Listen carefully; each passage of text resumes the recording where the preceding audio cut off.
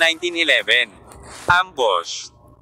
Sa totoo lang, ang mga aksyon ni Surui ay hindi walang intensyon na kunin si Leng Meiran bilang isang kalasag. Kung tutuusin, ang likod ni Leng Meiran ay nakaharap sa bintana. At siya ay napakatangkad na halos natatakpan niya ang harapan ni Surui. Kung naambush ng kabilang panig ang isang sniper, kahit na barilin ay tatamaan muna nila si Leng Meiran. Ang pinakamahalagang bagay ay hanggang ngayon, hindi nagtitiwala si Surui kay Leng Meiran. Naniniwala siya na ang babaeng ito ay maaaring gumawa ng pananambang. Yakap na siya ngayon ni Surui sa ganitong poster kaya maaaring hindi maglakas loob na bumaril ang sniper ng kalaban. Napakagandang katawan, ang ginawang kalasag ni Surui ng walang awa ay talagang isang hindi kasiya siyang bagay. Young Master Su, ano ang sinusubukan mong gawin? Hindi ko alam kung ito ay isang tunay na emosyon. O kung ito ay isang pagsiklab ng mga kasanayan sa pag-arte. Ang mga mata ni Leng Meiran ay may mahinang ambon ng tubig na tumataas. At bahagya siyang kinagat. Kinagat niya ang kanyang mapupulang labi. Tinabi niya, Young Master Su, hindi ko kailanman hinayaang hawakan ako ng sino mang lalaki ng ganito.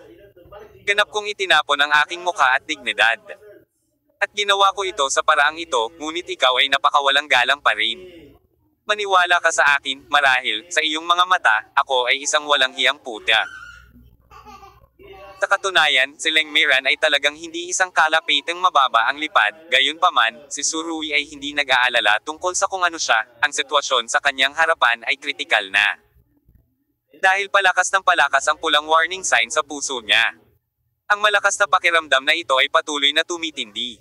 Malapit na nating marating ang tipping point ng pagsabog. Sa sandaling ito, ang ningning sa mga mata ni Surui ay biglang sumabog hanggang sa pinakamalakas na punto, at pagkatapos ay tumalon siya sa gilid kasama si Leng Meiran sa kanyang mga braso. Sabay na nahulog ang dalawa sa carpet. Halos sa sandaling tumalon sila. Isang bala ang dumaan sa espasyo. Nabasag ang salamin ng balkonahe ng hotel, pagkatapos ay tumagos sa salamin na pinto, at nakapasok sa lugar kung saan nakatayo lang si Surui. Nag-iwan ng malaking buta sa carpet. Anti-material na sniper rifle. Damn it. Sure enough, may ambush. Pagamat nilagyan ng muffler ang anti-equipment sniper rifle na ito. Kapag pumutok ang baril, magbabago ang tunog ng baril. Ngunit masyadong pamilyar si Surui sa pagbabago ng tunog na ito. Isa siyang eksperto sa mga eksperto. At sa sandaling marinig niya ang tunog, malalaman niya kung anong modelo ang baril. Anong kalibre ng bala ang ginamit? Young Master Su, hindi ako ito, hindi ito ang ginawa ko. Sa wakas ay napagtanto ni Leng Meiran kung bakit ganito ang pakikitungo ni Surui sa kanya noon. Lumalabas na nalaman na ni Surui na may mali, at naghinala siya na si Leng Meiran ang nagtayo ng engranding piging na ito. Gayunpaman, hindi na kailangang magpaliwanag pa ni Leng Meiran. Sa putok na ito, lumutang ang lahat ng katotohanan. Siguradong hindi ito ambush na itinakda ni Leng Meiran. Gusto ni Surui na gamitin si Leng Meiran bilang isang kalasag. Kung gusto siyang barilin ng kabilang partido hanggang mamatay. Ang bala ay kailangang dumaan muna sa katawan ni Leng Meiran. Sa kasong ito, pagkatapos ay ambush sniper ng kabilang partido ang kamay ay magtapon ng bitag ng daga. Pero hindi ko inaasahan na kahit ganito na si Surui, pinili pa rin ng kalaban na bumaril ng walang pag-aalinlangan. Ganap na pagwawalang bahala sa kaligtasan ni Leng Meiran. Ito ang dahilan kung bakit iniwasan lang ni Surui si Leng Meiran, kung hindi, bakit kailangan niyang gawin ang gayong hindi kinakailangang pagkilos. Alam ko, wala ka ng ambush ngayon, pareho tayong may pakana. Umiga si Surui sa kanyang gilid sa lupa. Hinawakan ng isang kamay ang gilid ng kama, at pagkatapos ay hinampes ito. Pinaligtad ito ni Surui ng ganito, at tumaob ito at direktang tumama sa salamin ng balkonahe.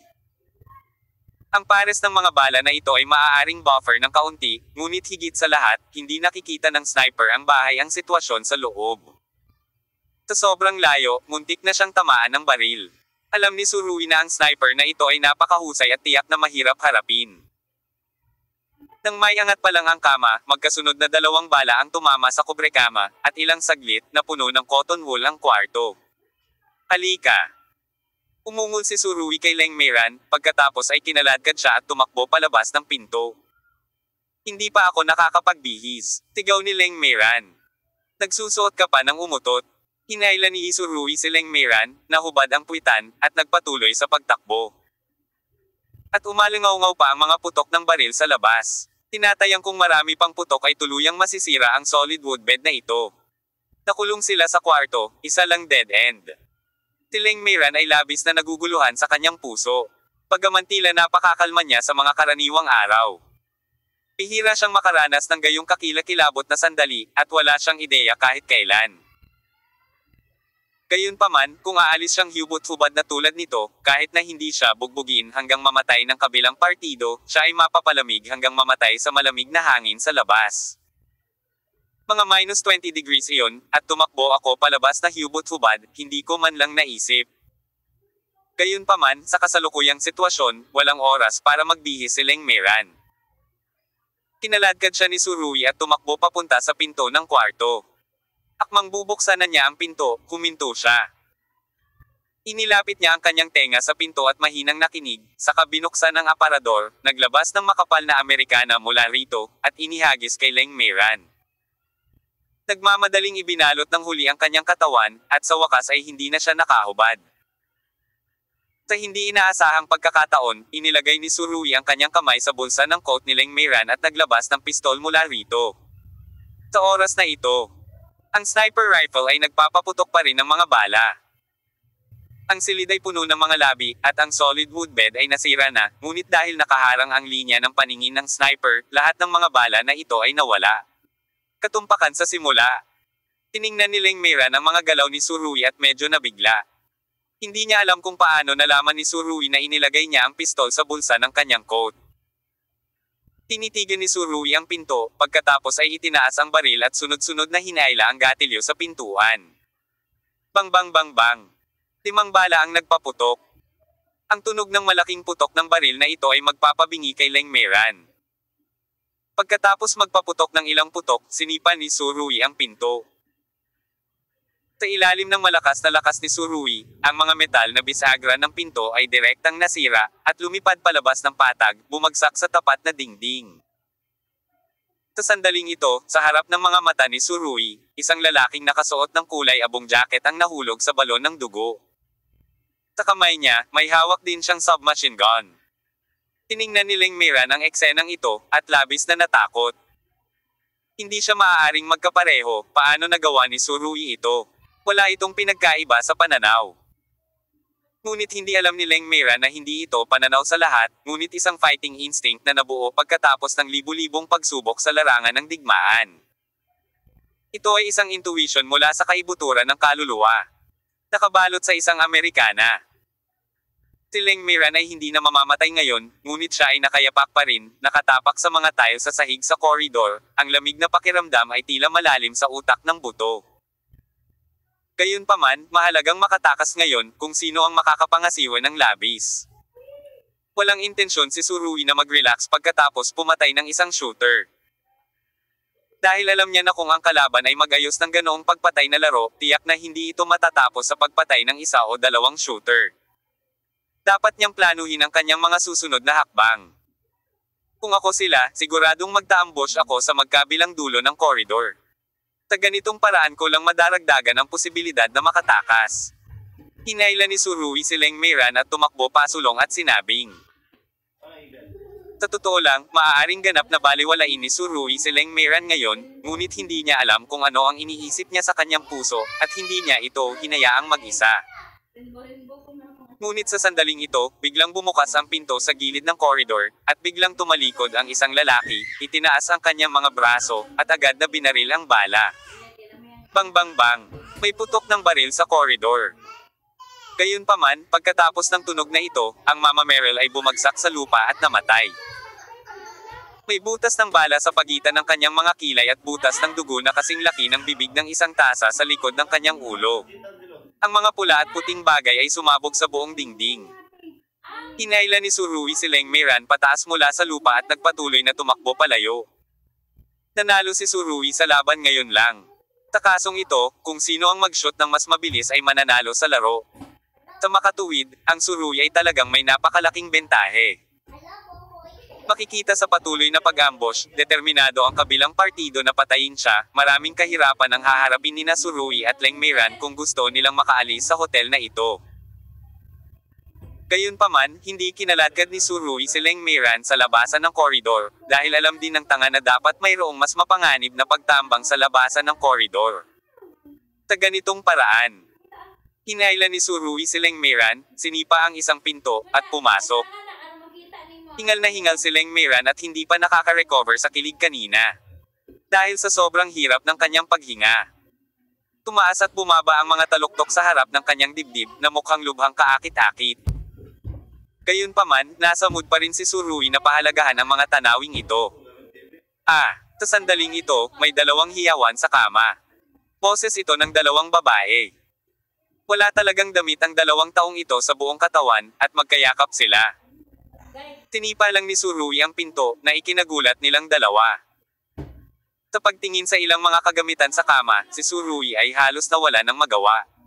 Sa hindi inaasahang pagkakataon, nakasalubong niya ang dalawang babaeng gumagawa ng ganoong bagay sa sikat ng araw. Napakalakas ng putok ng baril sa labas, at nasa mood pa silang dalawa na maglaro ng ganito. Sila ay lasing. Bilisan mo at humanap ng dalawang damit na isusuot, sabi ni Tsurugi kay Leng Meiran. Nagmamadaling pinulot ni Leng Meiran ang mga damit sa tabi ng kama, saka pinunit ang kanyang Amerikana at itinapon sa isang tabi. Nababaliw na ang dalawang babae sa kama. Nima, lumabas na silang dalawa para mag-date. Nang magsisimula na sila sa kanilang pagsinta ay bumukas ang pinto. Ano ba ang nangyayari? Halos matakot na ang mga tao, di ba? Bilang karagdagan, ang babaeng ito ay talagang hinubad ang kanyang Amerikana, at wala siyang isinuot sa loob ng Amerikana. Masyadong malademonyo ang figure na ito, okay. Nagkukulay berde ang mga mata ng dalawang babae sa kama. Gayunpaman, walang pakialam si Leng Meiran kung ano ang iniisip ng ibang tao sa kanya. At wala siyang pakialam kung ang mga damit ay angkop sa kanya. Basta makita niya, isusuot niya sa katawan niya, gaya ng sweater, down jacket, at iba pa. Habang mabilis na nagsusuot ng damit si Leng Meiran, tinitigan ni Tsurugi ang dalawang babae sa kama at sinabing, huwag na kayong magsalita tungkol sa nangyari ngayon. Sabi ni Tsurugi, pinatunog ang baril sa kanyang kamay. Kabanata 1912. Mayabang at maingat. Gusto ni Tsurugi na ilabas ang baril para takutin ang dalawang babae. Ngunit ang hindi niya inaasahan ay ang nakakagulat na epekto ay ganap na hindi nakikita, ngunit ito ay may eksaktong kabaligtaran na epekto.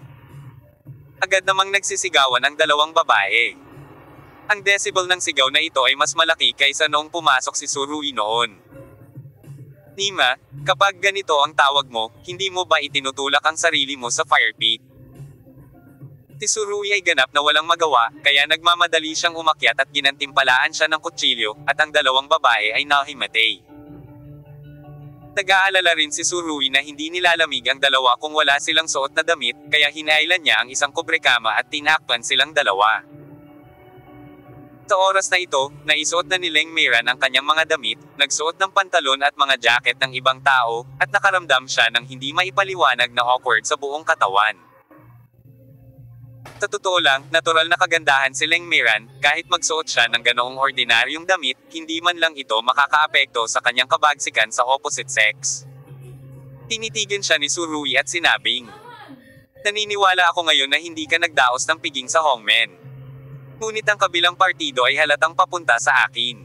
You are staying in this room now, I think they will put on a banquet. Na-miss kita. Hindi nila ako pakakawalan. Tinitigan ni Leng Meiran ang mga mata ni Tsurugi. Sa tingin ko, dapat malaman ng mga hands-on na ito kung sino ako, malinaw naman, sinusundan ako.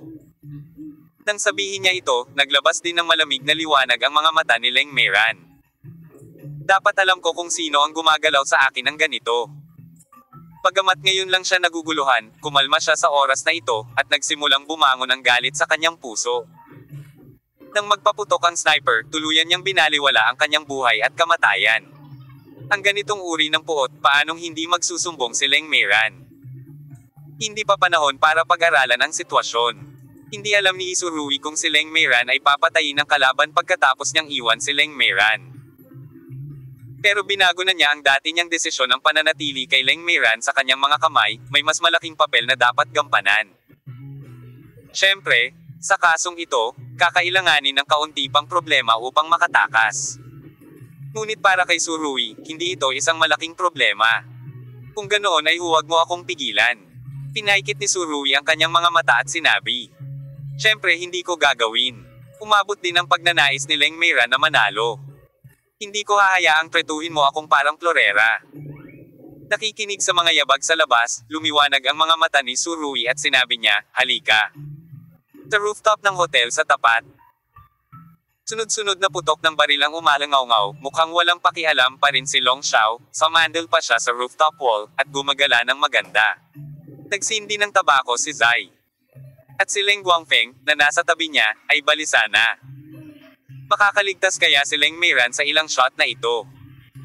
Bagamat napakalapit ni na Leng Meiran at Surui, bilang isang ama, ayaw ni Leng Guangfeng na makitang mamatay ng ganito ang kanyang anak. Alam ko kung ano ang inaalala mo. Pamantong hininga si Long Xiao ng makapal na buga ng usok pagkatapos ay nakangiting sinabi. Ngunit, ayon sa impormasyong mayroon ako ngayon, si Surui ay hindi patay, hinihila niya si Leng Meiran at tumatakas. Ang kanyang mga salita ay nagpaga ng kalahati sa puso ni Leng Guangfeng, ngunit ang huli ay agad na nakaisip ng isang bagay, at agad na kinabahan muli. Hinihila ba ni Surui si Leng Meiran para makatakas ng magkasama? Ano ang ibig sabihin nito? Ang boses ni Xiaolong ay mapaglaro. Sinasabi na ang mag-asawa ay mga ibon sa iisang kagubatan. At sila ay lilipad kapag dumating ang sakuna, ngunit kapag nakikita ang iyong anak na babae at si Surui bilang mag-asawa, talagang magkadikit sila sa isa't isa. Ang mag-asawa ay nagmamahalan. Huwag sumuko, ang mag-asawa ay labis na nagmamahalan. Nang marinig ito, ang kutis ni Leng Guangfeng ay sobrang pangit. Oo. Kinakatawan niya dati si Leng Mei. Gayunpaman. Nagkwibble siya at sinabing malaki ang posibilidad na sumuko si Leng Meiran kay Surui. Ngunit ngayon ay tila hindi payag si Surui na iwan siya nang siya ay tumakas. Fake pa rin ba ito? Nagkasala talaga si Leng Guangfeng kay Leng Meiran. Gusto talaga nilang makipag-ayos kay Surui noong una, ngunit nang maglaon, nang ang kanyang mga aksyon ay nahulog sa mga mata ng iba, hindi iyon ang ibig sabihin nito. Minsan, nagkakamali lang, at marami sa mga bagay na ginagawa mo ay tila nagbago sa paningin ng ibang tao. Naging asul ang mukha ni Leng Guangfeng. Maya-maya. Bahagyang ngumiti si Long Xiao at sinabing, President Leng, may sinabi ako noon, sabi ko sa kampo ko, walang traidor na bawal magpakita. Naaalala mo ba ang pangungusap na ito?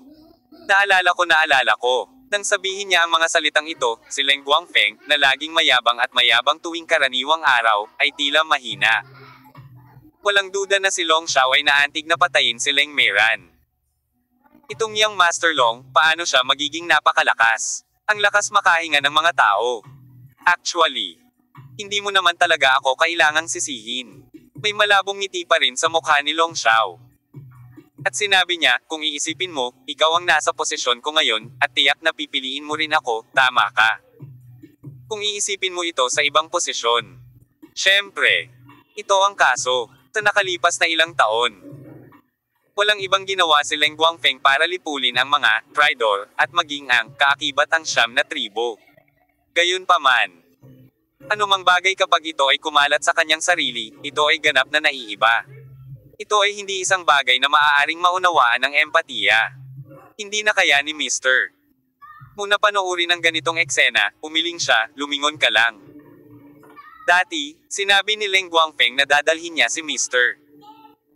Mo para batiin ang kagalang-galang na panauhin, ngunit ngayon, nang pumasok sa pinto ang marangal na panauhin, kailangan niyang kitilin ang buhay ng kanyang anak na babae. Kung mahuhulaan ni Leng Guangfeng ang mga salita ng propeta, hindi ko alam kung pipiliin niyang umasa muli sa gayong tagapagtaguyod. Pamantong hininga si Mr. Mo at mahinang sinabi. Walang may harap at likod na mata. Ang tunog ng mga putok ng baril ay patuloy na tumunog, na nagpapahiwatig na si Young Master Long ay nag-set up ng maraming mga amba sa hotel na iyon. Hindi napigilan ni Mr. Mo na maging emosyonal. Pagkatapos ng lahat, si Guo Jianglong ang nagmula sa kabisera. Malaking kamay. Kung may kamay sa pagitan ng mga underground gang na iyon sa norte, sino ang maglalakas loob na bitawan ito ng ganito? Kung pumutok ka ng baril, kailangan mong pigilan. Alam ni Mr. Mula sa tunog ng putok sa sandaling iyon, ganap na nawala si Leng Guangfeng sa inisyatiba, at ang kanyang taliban na lipunan ay naging isang papay na lipunan. Ang malaking backer na ito ay direktang pinunit ang pagbabalat kayo at biglang naging isang papay na lipunan. Malaking masamang lobo. Takasong ito. Ang lahat ay halata na. Si Leng Guangfeng ay hindi isang tanga. Nakikita niya ang mga hinaharap na pagtatagpo, ngunit, isang hakbang ay mali, ang kasalukuyang Leng Guangfeng, ganap na walang pagkakataon na lumingon. O, tumaya tayo. Tumingin si Xiaolong kay Leng Guangfeng at bahagyang ngumiti. President Leng, tumaya tayo at hulaan kung makakaalis sila ng buhay sa hotel na iyon. Siyempre, hindi pwedeng tumaya si Leng Guangfeng, it's all about revealing his position. Gusto niyang tumaya na aalis ng buhay ang kanyang anak. Hindi ba't tinatamaan lang niya si Long Xiao sa mukha?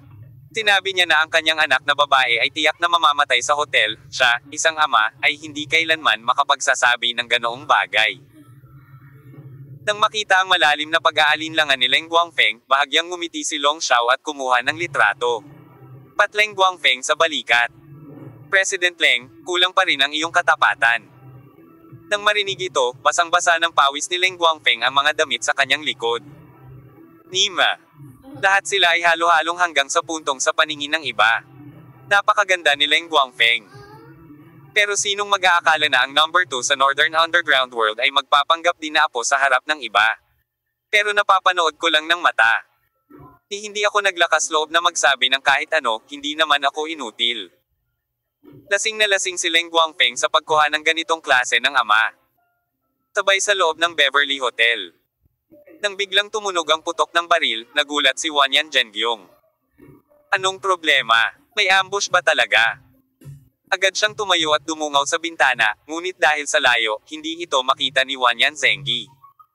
Ano nga ba ang nangyari?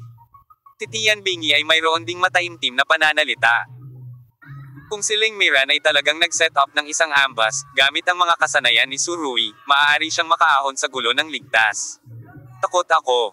Uminto siya, nagpatuloy siya. Natatakot akong gagamit si Leng Miran ng beauty trick. Mukhang hindi masyadong naniniwala si kasamang Lautia na kayang labanan ni Su Rui ang tukso ni Leng Miran. Hindi ba't palihim nating binabantayan ang paligid? Kinusat ni Wanyan Zenggi ang kanyang mga mata. Bakit hindi sila nagpadala ng anumang balita? Hindi dapat ganito. Ang sabi, gusto niyang lumabas ng silid at magtanong, ngunit sa sandaling ito, biglang binuksan ni Wanyan Washang ang pinto at pumasok. Tay, lahat ng mga poste ng lihim na bantay na inayos namin ay nawala ng komunikasyon. Lahat ng lost contact. Ang mukha ni Wanyan Zenggi ay biglang naging sobrang pangit. Ang pagkawala ng kontak ay nangangahulugan, sa isang malaking lawak, na sila ay pinatay. Lahat ito ay mga bantay sa dilim. Nakaayos sila at nakabalat kayo, kahit na sila ay seryosong tanungin. Hindi sila magbubunyag ng napakaraming mga kapintasan. Sa katunayan, walang masyadong lihim na sipol at ordinaryong pedestrian ang pagkakaiba ay mahirap makita.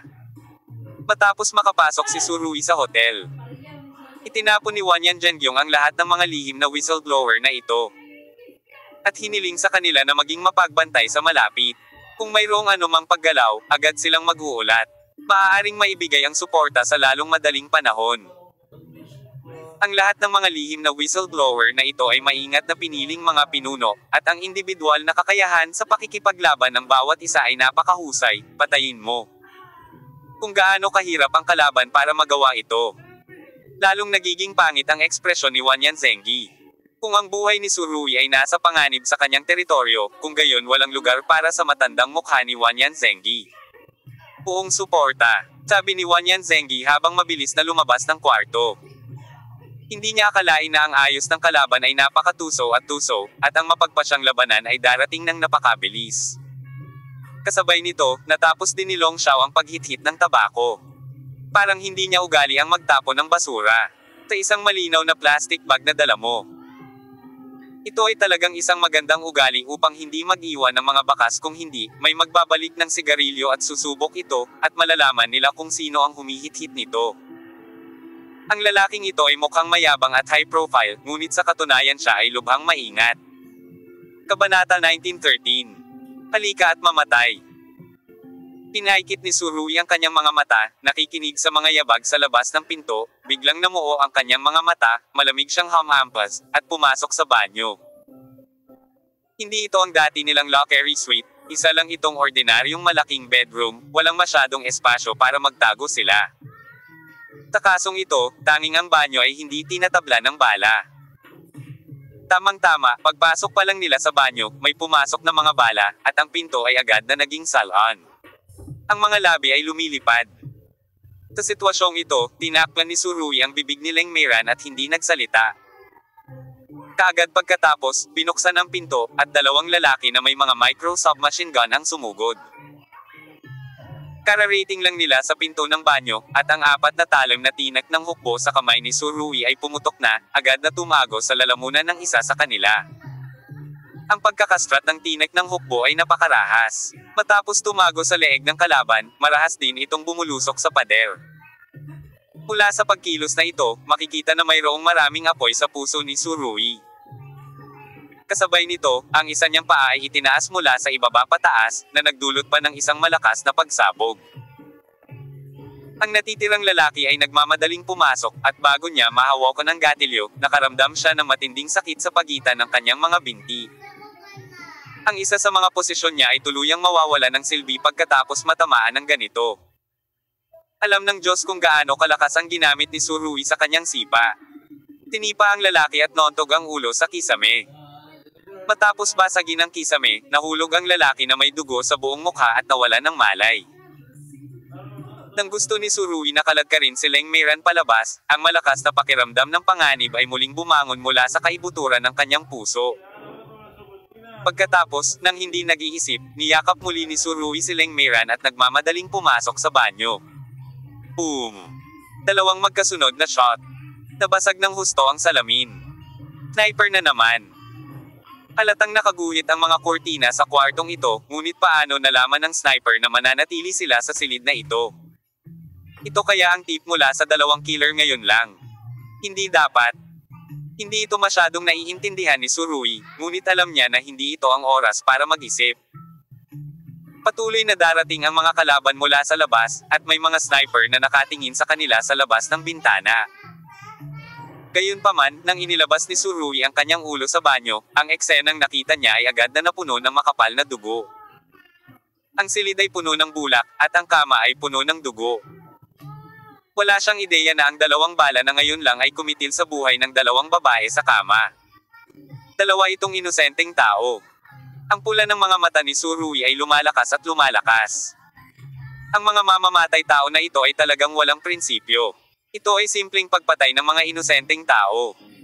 Sa pananaw ni Surui, dahil sa kanya kaya namatay ang dalawang babaeng ito. Idinawit niya sila. Pinatay niya sila. Ang kamao ni Surui ay mahigpit na nakakuyom, at ang mga ugat sa kanyang braso ay sumambulat. Ang mga bastos na ito. Ang boses ni Surui ay naglalaman ng matinding layuning pumatay. Nararamdaman ang nakamamatay na layunin sa katawan ni Surui, hindi napigilan ni Leng Meiran ang manginig. Inilabas din niya ang ulo sa banyo at nakita niya ang dugo sa kama. Sampay ng mga mamamatay tao na iyon. Halatang ayaw ni Leng Meiran na iduwit ang inosente. Ngunit mula sa puntong ito, makikita na ang kabilang partido ay talagang walang pakialam sa buhay ng ibang tao, hanggat kaya niyang patayin si Surui. Tapos kahit gaano pa karami ang mamatay, walang magiging problema. Ang ganitong uri ng kaisipan ay hindi na isang tao, ngunit isang demonyo. Kung noon pa man ay binalak ni Surui na lumikas sa hotel na ito, ngayon ay ganap na siyang nagbago ng isip. Hinailan niya si Leng Meiran pabalik sa banyo at sinabi sa malamig na boses, "Sigurado ka bang gusto mong manatili sa akin?" Tumingin si Leng Meiran ng diretso sa kanyang mga mata. "Hindi ko pinagsisisihan ang sinabi ko, papatayin ko ang sinumang gustong pumatay sa akin." Matapos ang unang sindek, ang kasalukuyang Leng Meiran ay bumalik sa kanyang karaniwang lakas. "Hindi ka ba natatakot sa kamatayan?" Malamig na sabi ni Surui. "Takot ako sa kamatayan, pero wala akong magagawa." Huminga ng malalim si Leng Meiran. "Pumunta ka at sabihin sa akin, mayroon pa ba akong ibang pagpipilian?" Nang sabihin ito ni Leng Meiran, muling tumunog ang sniper shot, sa pagkakataong ito ay hindi sa kama, kundi sa dingding ng banyo. Ito ay higit pa sa isang sniper.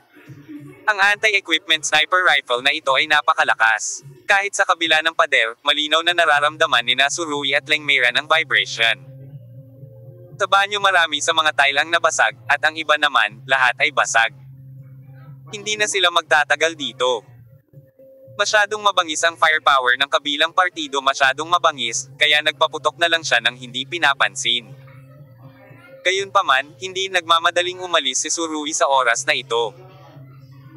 Tinitigan niya si Lengmeiran at sinabing, alam mo kung bakit ang kabilang partido ay maaari ba nating mahanap ng tumpak ang lokasyon natin. Dito rin pumapasok ang confusion, Lengmeiran. Bakit malinaw na nahahanap ng mga sniper ng kalaban ang kanilang silid? Kung noon ay nakalimutan ni Lengmeiran ang pagguhit ng mga kortina. Kung gayon ang lahat ay maipaliwanag, ngunit ngayon ang mga kortina ay iginuhit sa silid na ito, bakit ang kabilang partido ay nahanap ito ng tumpak, at isagawa ang pagbaril? Taka paano nalaman ng mga sniper na nagtago sila sa banyo at hindi umaalis? Bang bang bang! 30 putok ulit tumama pa sa dingding ng banyo. Sa oras na ito, ang maliit na banyo ay puno ng usok at alikabok, at hindi ko alam kung gaano karaming mga tile ang nabasag. Bakit ganito? Kahit na naging ganito ang banyo. Hindi nagmamadaling umalis si Lengmeiran, dahil kapag hindi nalutas ang problemang ito, mahuhuli sila ni Surui kahit saan sila magpunta. Nakagat hanggang mamatay ang kalaban. Ang problema ay hindi maaaring sa akin, ito ay maaari lamang sa iyo. Tinitigan ni Surui si Lengmeiran, tila nababasa ng malamig na liwanag sa kanyang mga mata ang puso ng mga tao. Nasa akin. Imposible. Agad namang itinanggi ni Lengmeiran. Nagsusuot pa ako ng damit ng iba, maliban na lang kung makikipagsabuatan ako sa dalawang babaeng ito ng maaga, kung hindi. Nasa iyo na. Hinawi ni Surui ang neckline ng sweater ni Lengmeiran. Dahil hindi nagsuot ng underwear si Lengmeiran sa ilalim ng sweater, ang bundok na nababalutan ng nyebe ay direktang tumambad sa mga mata ni Surui. Inilagay ni Surui ang kanyang kamay sa neckline ni Lengmeiran ng walang pag-aalinlangan. Nasa mood ka pa bang gawin ang ganitong bagay sa panahong ganito? Tinitigan ni Lengmeiran ang mga galaw ni Surui, nanlaki ang mga mata niya sa gulat, hindi siya nakaimik. Gayunpaman, ang katotohanan ng bagay ay hindi ang kanyang naisip, at ang kamay ni Surui ay hindi man lang dumampi sa kanyang Snow White peak, ngunit hinugot ang pendant necklace sa leeg ni Lengmeiran. Ang pagkilos ni Surui ay medyo simple at walang pakundangan, na naging dahilan upang mahayla ang malasibam na balat ng leeg ni Lengmeiran at lumitaw ang mga pulang guhit. Gayunpaman, ngayon ay wala na silang pakialam dito, tinitigan ni Lengmeiran ang kwintas na nasa kamay ni Surui. Naghihinala ka ba na may mali sa aking kwintas? Hindi ako kapag naghinala akong may mali sa kwintas mo, sigurado akong may mali sa kwintas mo. Matigas na sabi ni Surui.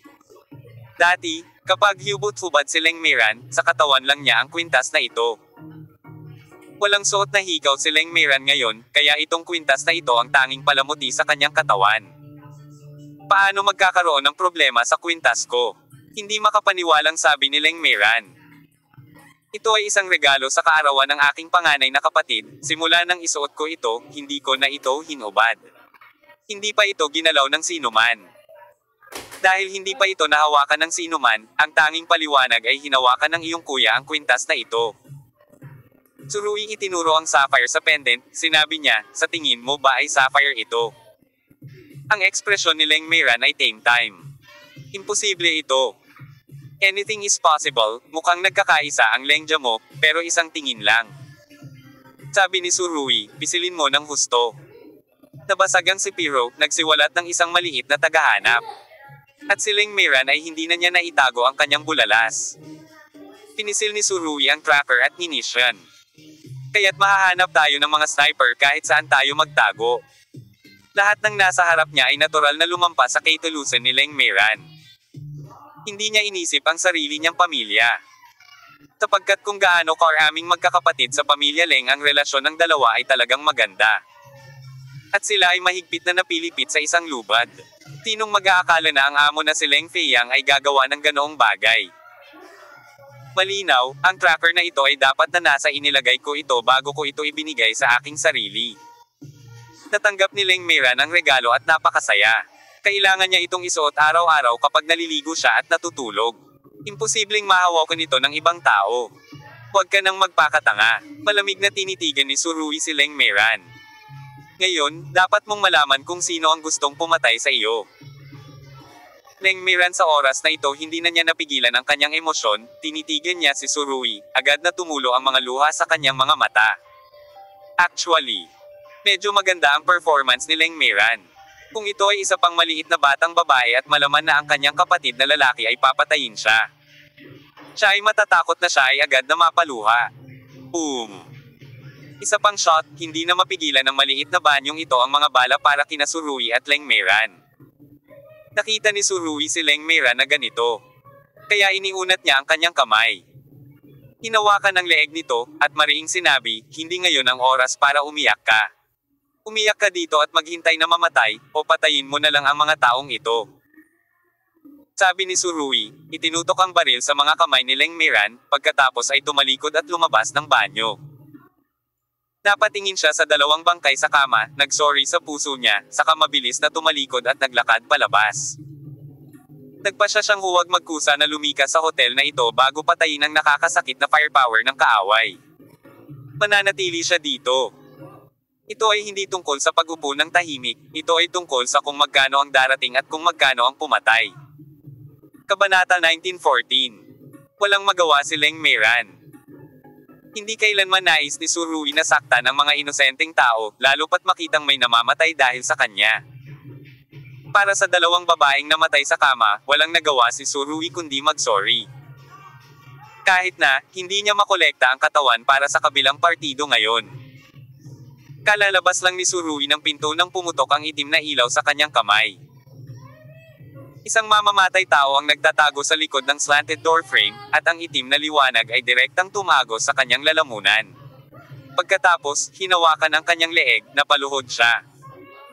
Lumabas ang dugo mula sa lalamunan ng lalaki, at hindi nagtagal ay naipon ang isang maliit na pool sa ilalim ng kanyang katawan. Malamig ang mga mata ni Surui, nang walang kaunting abala.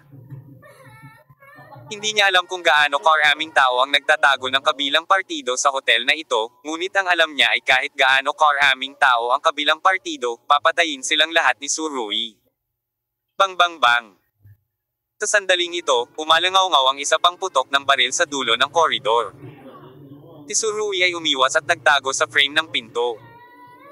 Naikinabit ang lalaking nabuta sa kanyang lalamunan kanina, ngunit hindi niya inaasahan na makakatagpo siya ng isang flash bomb mula sa kanyang baywang. Ito ay talagang propesyonal na kagamitan. Pinaikit ni Surui ang kanyang mga mata. Ang mga micro-rush, granada, flashlight bomb, at iba pa, ang mga sandata na ito ay walang alinlangan na nagpapahiwatig na ang pagkubkob sa Surui sa pagkakataong ito ay ang regular na hukbo sa mga mersenaryo. Ang parehong mga baril at bala ay ang pinaka-advanced na mga modelo. Sa kasong ito, kailangang pagdudahan ni Surui ang mga pagkakakilanlan ng mga taong ito. Gayunpaman, tiyak na dahil sa kadahilanang ito na mas napukaw ang espiritu ng pakikipaglaban ni Surui. Kung mas malakas ang kalaban, mas malakas ang kakayahan ni Surui na lumaban. Wala na siyang pakialam kay Leng Meiran.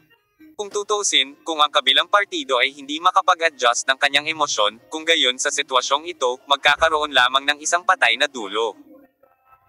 Kinuha ni Surui ang flashbang, at sa halip na ihagis ito ng diretso sa koridor, inihagis niya ito sa dingding. Ang granada ay nagpabalik-balik sa dingding ng ilang beses, at pagkatapos ay lumipad sa dulo ng koridor. May 3 tao sa ambush. Kung mapanatili ng 3 taong ito ang gayong pagsugpo ng firepower, talagang mahirap para sa Surui na makalusot ng hindi nasaktan. Sumabog ang flash bomb, at tumahimik ang kanilang putok. Nakapikit na si Surui. Nang kumislap ang ilaw, biglang sumabog ang kanyang buong katawan, at ang kanyang buong katawan ay parang bola ng kanyen, na lumilipad sa dulo ng koridor. Siya! 3 itim na ilaw ang kumislap. Isang madugong palaso ang tumalsik mula sa leeg ng 3 taong ito.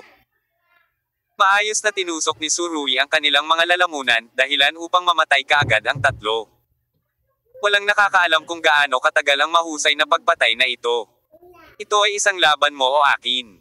Talagang hindi na kailangang magpigil. Gayunpaman, sa sandaling ito, sumulyap si Surui sa gilid at nakita ang isang lalaki na may hawak na baril. Marahil ay nabigla siya sa paraan ng pagpatay ng demonyo ni Surui. Bagamat may hawak na baril ang lalaking ito, nanginginig ang kanyang mga kamay. Puno rin ng hiya ang mukha niya. Ganito kasi, natatakot akong tumayo si Surui at hayaan siyang lumaban, baka hindi niya matamaan ang target. Nilinga ni Surui ang kanyang mukha, dinala ang tinik ng militar na kumitil sa buhay ng tatlo, at naglakad patungo sa taong ito. Ang taong ito ay tumingin sa pumapatay na Diyos na palapit ng palapit, ngunit wala siyang lakas ng loob na bumaril. Sa sobrang takot niya ay tumalikod siya at tumakbo palayo. Ngunit ang bilis ni Surui ay napakabilis, tumalon siya sa isang iglap, hinawakan ang kanyang kwelyo sa likod, at bigla siyang sinipa. Sinisipa ng sipa na ito ang taong ito sa likod. Dahil sa hagdan na nasa harapan niya, gamulong-gulong lang ang taong ito. Sa katunayan, sa sandaling hinawakan niya ang kwelyo sa likod, hindi namamalayang naipasok ni Surui ang maliit na tracker sa loob. Kung hindi alam ng mga sniper na iyon ang sitwasyong ito, tiyak na susundin nila ang tracker para matunten sila. Sa oras na iyon, ang mga mamamatay tao ay ganap na mawawala. Tinipa ang lalaki sa hagdan at ginulong magkasunod ang dalawang palapag bago siya tumigil sa gulat. He was breathing heavily, feeling na parang kakalakad lang niya sa gate ng impyerno. Grabe talaga ang pakiramdam na ito. Ngayon ay ganap na siyang walang kamalay-malay sa mga nakaraang aksyon ni Surui. Sa katunayan, kung hindi sinubukan ni Surui na ipasok ang tracker sa damit ng taong ito, sinipa na lang niya ito hanggang sa mamatay. Para sa taong ito, ngayon ang tunay na tarangkahan ng impyerno. Ang mga sniper sa kanilang sariling kampo ay nagsimula na upang mahanap ang kanyang posisyon batay sa tiyak na oryentasyon ng tracker. Ang firepower ay naakit ng tracker, at pansamantalang ligtas si Surui. Yumuko siya at pinagmasdan ang ilang bangkay. Sa mga bangkay na ito, walang halatang iconic na mga bagay. At walang pare-parehong damit na nagpapakita na sila ay napakamaingat kapag nagsasagawa ng gawain, dapat na walang nakatagong panganib na ibunyag ang kanilang pagkakakilanlan. Ayon sa paghatol ni Surui, ito ay dapat na isang profesional na killer team. Ngunit kailan nagkaroon ng ganoong profesional na koponan ng Huoxie? Hindi sa banggitin ang anumang bagay.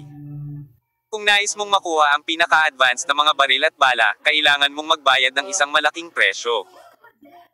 Ang dahilan kung bakit ang China ay walang lupa para sa mga mersenaryo upang mabuhay ay higit sa lahat para sa kadahilanang ito. Dahil hindi ito mula sa China, maaaring ito ay mula sa kanluran. Isang killer team mula sa madilim na mundo ng kanluran. Pinaikit ni Surui ang kanyang mga mata. Hindi lubusang maaalis ni Surui ang posibilidad na ito. Ngunit alam din niya ang maraming panuntunan ng madilim na mundo ng kanluran. Napakahirap pumasok sa China na may napakaraming sandata mula sa kanluran. Kaya, ang taong nakatayo sa likuran at gustong pumatay kay Surui ay dapat may maraming kasanayan. Magkano ang babayaran? Ang hindi alam ni Surui ay kung ang kasalukuyang labanan ay pampaganya o isang handaan. Habang iniisip ito ni Surui, isang figure ang lumabas sa silid. Ito ay si Leng Meiran. May dalang pistola, namumula ang kanyang mga mata, ngunit puno ng determinasyon ang kanyang mga mata. Naglalakad sa harap ng Surui. Pinuksan ni Leng Meiran ang zipper ng down jacket, kinuha ang kamay ni Surui, isinuot ito sa ilalim ng kanyang sweater, at idiniin ang kamay ni Surui sa kanyang posisyon sa puso. Anong ginagawa mo? Naningkit ang mga mata ni Surui, at naramdaman niyang napuno na ng malambot na dampi ang kanyang palad. Gayunpaman, sa yugtong ito ng digmaan, hindi ito panahon para sa panliligaw. Bakit biglang gumawa ng ganoong mapang-akit na aksyon si Leng Meiran? Gusto kong maramdaman mo ang tibok ng puso ko, sabi ni Leng Meiran. Masyadong malaki ang dibdib para maramdaman ang tibok ng iyong puso. Humisi si Surui at gustong bawiin ang kanyang kamay. Gayunpaman, mariin itong idiniin ni Leng Meiran. Young Master Su, ito ang aking sertipiko ng nominasyon, at handa akong maging tagapagsalita mo sa Hilaga. Ito na naman ang pangungusap. Panunuya na sinabi ni Surui. Leng Meiran, ngayong ipinagkanulukan ng iyong pamilya, natatakot ako na mahirap kahit na makalabas ng buhay sa hotel na ito. Anong mga kwalifikasyon ang mayroon ka para maging tagapagsalita ko? Alam ko, dahil kung gagawin ito ni Leng Feiyang, tiyak na hindi niya ako mabubuhay, at kahit na lumabas ako, patuloy niya akong ita-target. Tumingin si Leng Meiran sa mga mata ni Surui. Young Master Su, sa tingin ko ay akin ang sitwasyon ko. Ang pinakamalaking boto, ano sa palagay mo? Wala talagang paraan si Leng Meiran. Kung ang taga-subaybay ay talagang inilagay ni Leng Feiyang. Kung gayon ang pananambang ay tiyak na may kinalaman sa kanya. Kahit na mailigtas ni Leng Meiran ang kanyang buhay sa labanang ito. Tiyak na hindi niya magagawa sa hinaharap. Maaaring magkaroon ng magandang araw. Leng Meiran. I can't use this method to offset the things you did to the Rui family.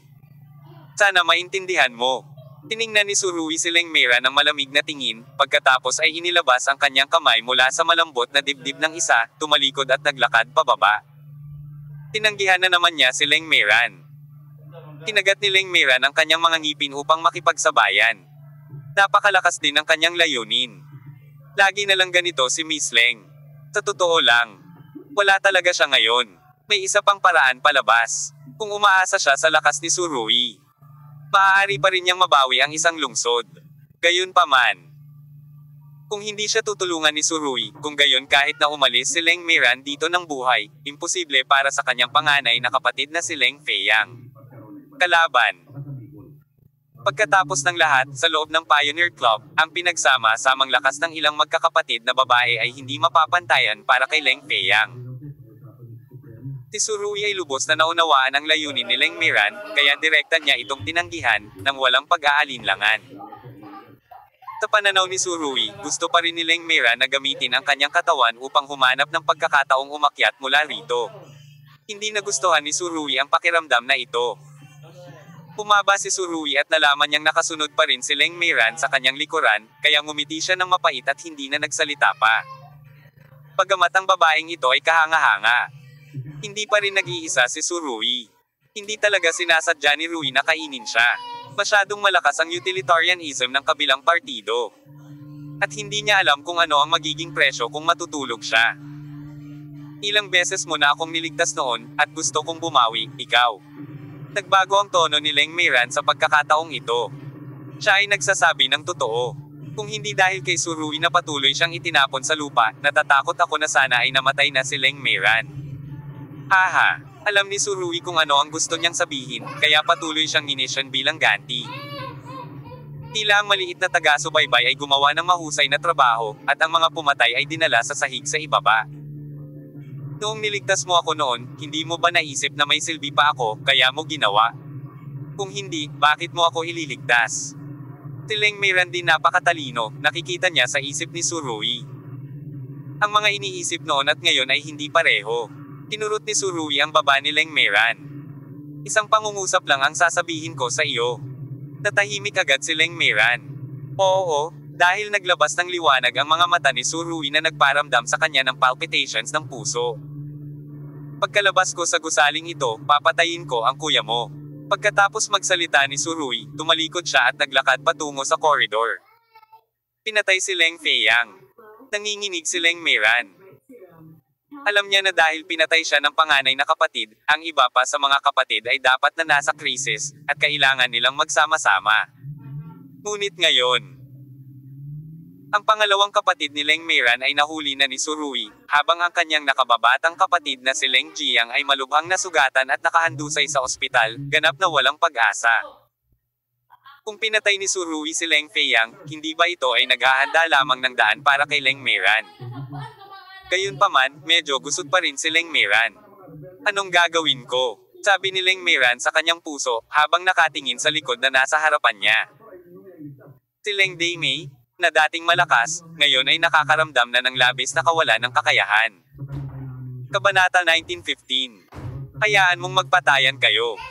Si Surui ay bumaba ng 2 palapag at nakatayo sa dulo ng koridor. Nalaman niyang ang lalaking naglagay ng tracker sa kanyang kwelyo ay nakikipag-usap sa ilang kasabwat sa gitna ng koridor.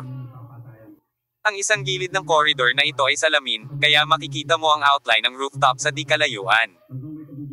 Pinaikit ni Surui ang kanyang mga mata at hindi kumilos ng padalos-dalos.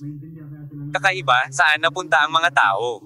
Ipinapakita ng tracker na ito dito mismo.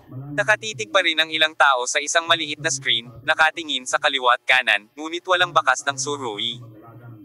Maghanap ng mabuti, ang taga-subaybay ay hindi magkakamali. Hindi naisip ng mga taong ito na nasa kanila ang taga-subaybay. At si Tsurui, na kanilang hinahanap at hindi mahanap, ay nakatayo sa sulok ng koridor na nanonood sa kanila.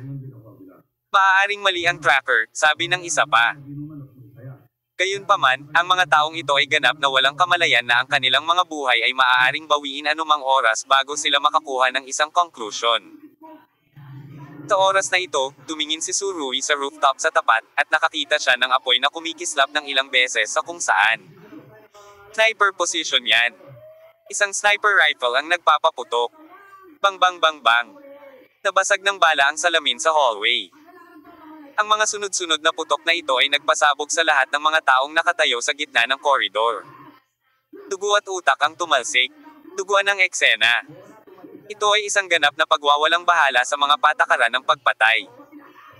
Sa China, nakakapanghinayang maglakas loob na bumaril ng mayabang. Ipinapakita nito kung magkano ang handang bayaran ng kaaway para maalis ang Tsurui.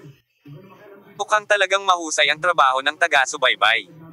Nagpaputok ang sniper ayon sa lokasyon ng tracker.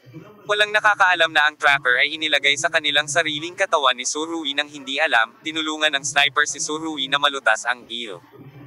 Anang sabay-sabay. Kung alam ng sniper ang totoo, magagalit ba siya at babarilan ang sarili? Umiling si Tsurui. Walang sniper rifle sa kamay niya ngayon. Kung mayroon siya, matagal nang namatay ang sniper. Sa ganitong kalayuan, para kay Tsurui, ito ay halos kasing dali ng pagtataas ng kanyang kamay. Ang ritmo ng headshot ng kalaban. Magkano ang darating, magkano ang papatayin? Mahinang sabi ni Tsurui, at saka naglakad palabas ng koridor. Sa oras na ito, sa pagkamatay ng target, ang tracker ay tumigil sa paggalaw. Alam ni Tsurui na may ipapadala sa lalong madaling panahon upang suriin ang sitwasyon ng namatay. Pagkatapos pag-isipan ito, pumunta si Tsurui sa pasukan ng hagdan. Maingat ding itinaas ni Leng Meiran ang pistol at sumunod sa likod ni Tsurui. 2 oras na ang nakararaan. Si Leng Meiran pa rin ang panganay na babae ni Jinwei, at ngayon ay kailangan niyang tahakin ang daan ng struggling upang mabuhay. I have to say that life is such a drama, which makes people sigh. Hindi ka ba natatakot mamatay? Lumingon si Tsurui upang tumingin kay Leng Meiran ng may pag-iinis. Sayang kung mamatay ka, iiyak ang mga lalaking nagnanasa sa iyo. Kung gayon hayaan silang umiyak ng malaya. Lumakad si Leng Meiran papunta sa gilid ni Tsurui, aktwal na tumayo ng medyo nakatipto, at hinalikan ang mukha ng kausap. Desidido na ako ngayon. Liligawan kita, kahit gaano mo pa ako itakwil. Gustong manligaw. Ang mga salita ni Leng Meiran ay walang alinlangan na kumakatawan sa kanyang pagtitiwala. Nanligaw ka rin noon, pero hindi umubra, kaya, ang iyong pang-aakit sa hinaharap ay nakatadhana na maging walang kabuluhan. Pinaikit ni Tsurui ang kanyang mga mata, nagsasalita siya habang nakatitig sa elevator. Nagsimulang magbago ang bilang ng mga palapag sa elevator, at nagsimula itong tumaas ng dahan-dahan mula sa unang palapag. Ngayon, ang hotel ay nasa gulo, at ang ibaba ay dapat na nakablock. Ang mga taong maaaring sumakay ng elevator sa oras na ito ay dapat nakalaban. Dapat ay pumunta sila upang suriin ang bangkay. Tinitigan din ni Leng Meiran ang mga numero ng elevator, ngunit sinabing, naniniwala ako na ang halo na bakal ay dinudurog sa isang karayom. Sabi, tiningnan niya ang profile ni Tsurui at sinabing, napukaw mo ang aking pagnanais na manakop. Ito ang dapat sabihin ng lalaki sa babae. Isang malamig na tingin ang ibinigay ni Tsurui kay Leng Meiran. Ididiin ko ulit, ang ginawa mo noon ay hindi ko mapapatawad. Sinabi ni Leng Meiran. Kung gayon kailangan kong subukan ang aking makakaya upang makabawi dito. Hindi siya naabala sa pag-uusap sa oras na ito, at ang baril sa kanyang kamay ay nakatutok pa rin sa elevator. Gayunpaman, hinawakan ni Tsurui ang kanyang palso at idiniin ito, na tinuro ang kanyang bibig sa lupa. Huwag barilin, maaakit nito ang atensyon ng iba. Hindi alam ni Cold Meiran kung ano ang susunod na mangyayari kay Tsurui, ngunit maaari lamang niyang piliin na sumunod. Sa wakas, habang unti-unting nagbabago ang mga numero, huminto ang elevator sa palapag na ito. Nakatayo na sina Tsurui at Leng Meiran sa gilid, kaya nang bumukas ang pinto ng elevator, hindi na sila mahahanap ng kabilang partido. 4 na tao ang lumabas sa elevator. Hindi sapat ang kanilang pagbabantay. Hindi man lang nila sinulyapan ang posisyon ni Surui, at naglakad patungo sa posisyong ipinakita ng tracker. Gayunpaman, hindi alam ng mga taong ito na nasa likod nila ang pagpatay. Biglang napatigil ang isa dahil nakaramdam siya ng lamig sa dibdib. Hindi niya alam kung ano ang nangyayari, kaya napatingin siya sa ibaba. Kaagad pagkatapos, nakita niyang tumambad sa kanyang dibdib ang dulo ng bayanita. Pinawi ni Surui ang kanyang mga tinag sa sandaling ipihit niya ang kanyang kamay. Dahil dito, bumulwak ang mga palaso ng dugo mula sa dibdib ng pumatay. Sa wakas ay naramdaman ng tatlo pa na may mali. Nang tatalikod na sila, ang mga tinag ng militar ni Surui ay naging itim na ilaw, na gumuhit ng kalahating arko sa hangin. Sa pagkakataong ito, diretsyong bumukas ang lalamunan ng dalawang tao. Tumalsik ang dugo ng galit na galit. Sa oras na ito, ang huling tao na lang ang natitira. Bago itinaas ang kanyang pistola, si Surui ay sumipa palabas. Napakagaling ng paa na ito. Una, nabali nito ang buto ng palso ng kalaban, at pagkatapos ay patuloy na umusad ang paa ni Surui at sinipa ang dibdib ng kalaban. Klak-klak lang. Umalangaw-ngaw ang tunog ng sirang sternum. Ang katawan ng taong ito ay direktang sinipa sa dingding, at ang dugo ay umaagos mula sa sulok ng kanyang bibig. Ngayon pa lang ay malinaw niyang narinig ang tunog ng kanyang puso na tinusok ng kanyang dibdib. Sumabog ang dugo sa buong dibdib. Sa pagtingin sa maayos na kakayahan ni Surui, biglang kumislap ang isip ni Leng Mera ng apat na salita humanoid na sandata. Siya ay ipinanganak para pumatay. Walang muwang para sa isang tulad niya ang naging kaaway niya noon. Ano ang susunod nating gagawin? Tanong ni Leng Meran. Huwag mong sabihin tayo. Malamig na sinabi ni Surui. Ako at ikaw ay wala sa iisang kampo. Ako ay magiging iyo sa lalong madaling panahon. Leng Meran bahagyang pumulupot ang sulok ng kanyang mga labi. Hindi ko alam kung ano ang nangyari, ngunit pagkatapos niyang matukoy na aasa siya sa kapangyarihan ni Surui na gumanti, ang mood ni Leng Meran ay talagang medyo mas maganda kaysa dati. Sa tingin ko madidismaya ka. Hindi sinasadya ni Surui na magkaroon ng kahit kay-titing na relasyon kay Leng Meran. Umiling siya at tumingin sa rooftop sa tapat. Naisip niya ang dalawang babaeng namatay dahil sa kanya, at sa mga mata niya ay unti-unti itong nababalot ng makapal na dugo. Nang makitang ganito ang hitsura ni Surui, tumigil sa pagsasalita si Leng Meyan. Patay na sila, mahinang sabi ni Surui. May matibay na determinasyon sa mahinang mga salitang ito. Pagkatapos magsalita, lumingon siya kay Leng Meran. Mamuhay ng maayos. Matapos marinig ang pangaral na ito, tumango ng malalim si Leng Meran. Alam niya kung anong uri ng sitwasyon ang kanyang haharapin, ngunit hindi maaaring umatras si Leng Meran. Kung hindi, may dead end lang. Hindi niya hahayaang tingnan siya ni Surui. Tinulyapan ni Surui si Leng Meran, hindi na nagsalita pa, tumalikod at tumakbo pababa. Si Leng Meran ay ganap na hindi nakasabay sa kanyang bilis. Tumingin siya sa likod ni Surui. At nahulaan na niya kung ano ang gagawin ng kabilang partido. Kaya nagnganga ang kanyang mga ngipin at pumasok sa elevator. Ang mga payat na daliri na iyon ay pinindot ang mga butones sa unang palapag. Ang bilang ng mga palapag sa elevator ay unti-unting bumababa. At si Surui ay nag-i-imagine din ng isang bug zone ng hangin, na patuloy na tumatakbo sa hagdan, at ang kanyang figure ay naglabas pa ng isang after image.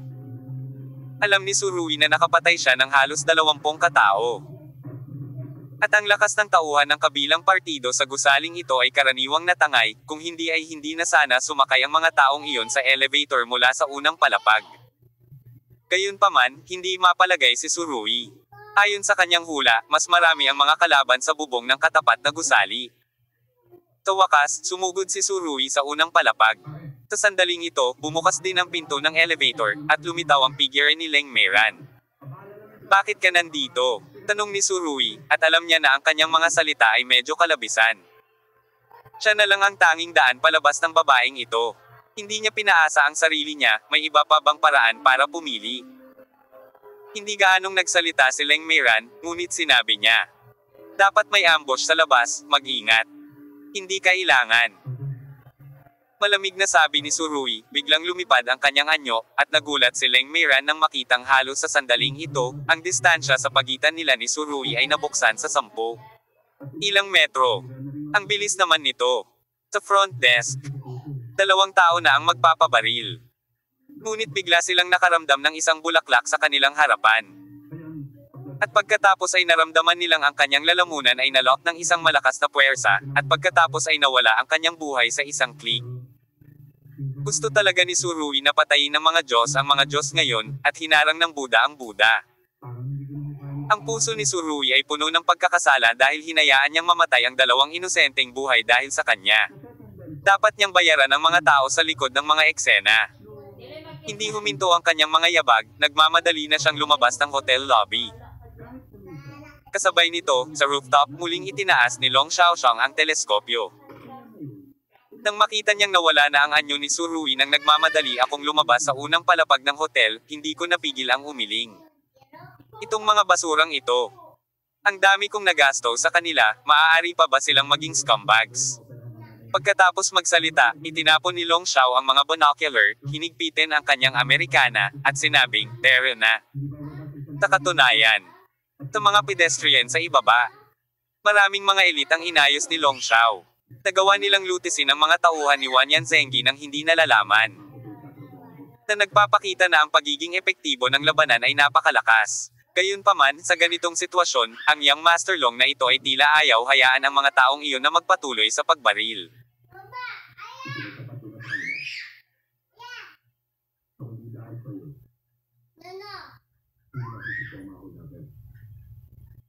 Kaya ako nandito, Papi.